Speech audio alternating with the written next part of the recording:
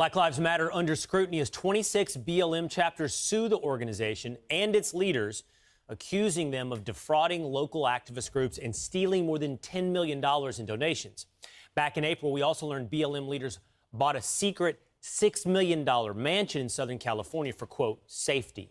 So, after raising $90 million after George Floyd's death, is BLM more caught up with the cause or the cash? Here to react, Color Us United's Christian Watson. Christian, great to see you this morning. Here we have 26 chapters suing the national organization for defrauding them of donations. What's your take?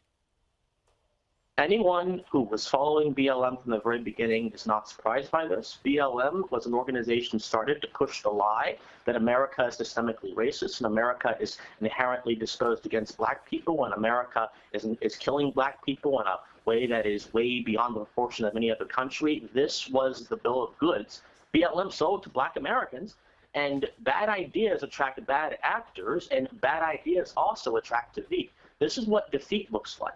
I think that this is a clarion moment for black America to come out of the BLM era and say, we will not embrace defeat.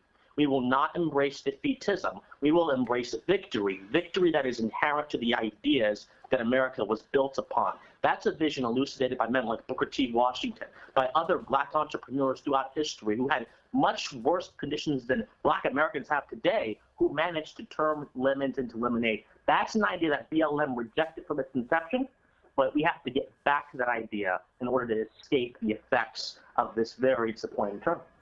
You know what's interesting about what you said is you disconnected, or you actually didn't disconnect, you connected the idea from the organization. So there will be those, and I'm thinking of Mark Cuban, for example, of the Dallas Mavericks, ownership in the NBA, who will say the organization itself, while we've pointed out, had communist underpinnings, communist ideology, and now clearly was fraudulent, defrauded its own donators. While the organization may be wrong, the slogan stands by something that someone like Cuban would say stands for progress. Black Lives Matter. But what you're saying is not only is the organization poisoned, but the ideas within the slogan are what give rise to the poisoned organization. When you misplace value and you assign it to an attribute that I can't control, that's not valuable.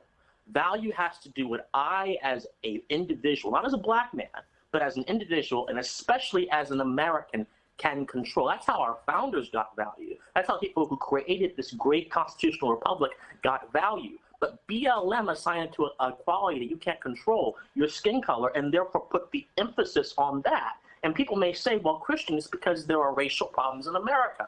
Okay, if there are racial problems in America, and I'm certain there are, you don't address them by putting a bigger emphasis on race. You address them by de-emphasizing race, embracing colorblindness, and proceeding forth from that premise, not the bad premise, which was mixed together with Marxism that BLM was founded on.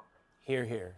What a beautiful message. You're exactly right. The idea that you can solve racism by doubling down with racism, that you can solve race obsession with more race obsession, is the poison at the beginning of this chalice. That's a great message. Look at each other as individuals through our actions and our merit. Thank you so much, Christian, for being on with us this morning.